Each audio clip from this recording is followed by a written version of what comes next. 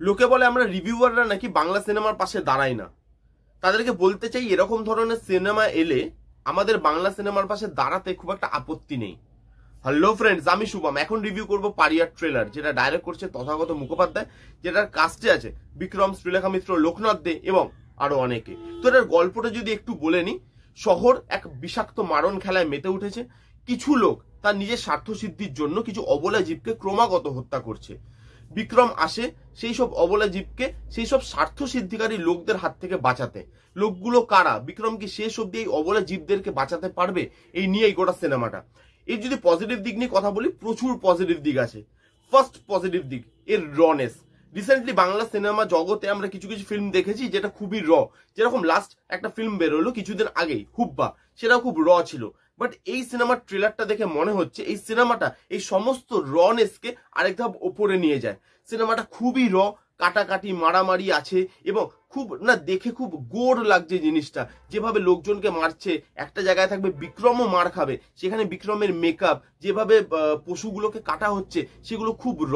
এবং এই সিনেমাটা সবার জন্য অ্যাপ্রোপ্রিয়েট বোধহয় হবে না, বাট এই সিনেমাটার রনেসটা আমার খুব ভালো লেগেছে। যেই গল্পটা বলতে চাইছে সেটাই রনেসটা ডিমান্ড করে এবং সেই রনেসটা কিন্তু দেওয়া হয়েছে। নেক্সট যেটা নিয়ে কথা বলবো, কাস্টিং। কাস্টে খুব ভালো ভালো লোক আছে। বিক্রম আছে লিডে, তারপরে শ্রীলেখা মিত্র আছে, যে কিন্তু কুকুরদের নিয়ে খুবই অ্যাক্টিভ। তার সোশ্যাল মিডিয়াতেও আমরা দেখেছি, তো সেখানেও তার একটা ইমোশনাল বন্ডিংও এই পারফরমেন্সটা দিতে তাই কিন্তু হেল্প করবে। তো শ্রীলেখা মিত্র আছে, লোকনাথ দে আছে, অম্বরীশ আছে, যে একটা ভিলেনের চরিত্রে মেবি থাকতে চলেছে। এরকম ধরনের চরিত্রে অম্বরীশকে আমরা এর আগে কিন্তু দেখিনি। তো এখানে কাস্টিংটা ভালো, কাস্টিংটা ফ্রেশ লাগছে, সবাই ভালো পারফর্ম করতে পারে।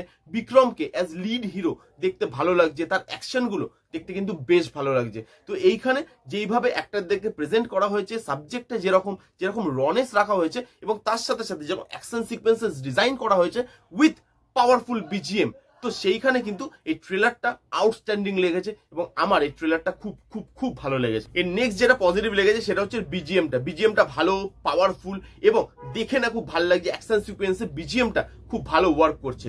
এই সিনেমাতে অ্যাকশনের সাথে সাথে ইমোশনও কিন্তু বেশ ভালোভাবে ওয়ার্ক করবে বলে আমার মনে হয়, কারণ এখানে কুকুর হচ্ছে সাবজেক্ট এবং কুকুর এমন একটা জীব যারা মানুষের খুব কাছে থাকে। তো সেইখানে ইমোশনাল বন্ডিংটা কিন্তু খুব ভালো, যেটা আমরা রিসেন্টলি 777 চার্লিতেও দেখেছিলাম।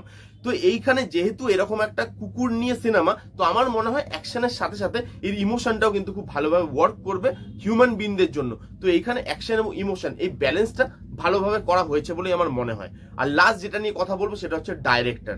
তথাগত মুখোপাধ্যায় কিন্তু ভালো একজন ডাইরেক্টর, যে হয়তো বক্স অফিসে সফল বিজনেস দিতে পারে না, কিন্তু তার ফিল্মগুলো ক্রিটিক্যালি কিন্তু ভালো এক্লেমড হয়।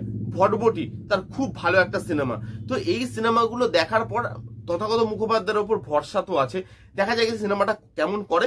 বাট বাকি পুরো সিনেমাটার টেকনিক্যাল অ্যাসপেক্ট দেখে বা লুক অ্যান্ড ফিল দেখে, গ্র্যান্ডার দেখে তো ভালোই মনে হচ্ছে, টাকা পয়সা খরচা করে বানানো হয়েছে বলেই মনে হয়। এই সিনেমার মেকাররা তাদের মেকিং এ বাজেটের যে দোহাই খুব একটা দিতে চাইছে না, সেটা কিন্তু এর মেকিং দেখে, ট্রেলার দেখে আমার কাছে স্পষ্ট হয়ে গেছে। বাকি মুভি এলে বলা যাবে আরো কি কি ভালো হলো, কি কি খারাপ হলো। আপনারা যারা যারা দেখেননি গিয়ে দেখতে পারেন। আমার ট্রেলারটা পার্সোনালি খুব ভালো লেগেছে। আর এই ছিল রিভিউ পারিয়ার ট্রেলারের। রিভিউটা ভালো লাগলে প্লিজ গিয়ে থামস আপ, লাইক করবেন, কমেন্ট করবেন, শেয়ার করবেন, চ্যানেলটাকে মাস্ট সাবস্ক্রাইব করবেন। দেখা হচ্ছে নেক্সট কোনো ভিডিওতে। ততক্ষণ bye bye, take care and be safe.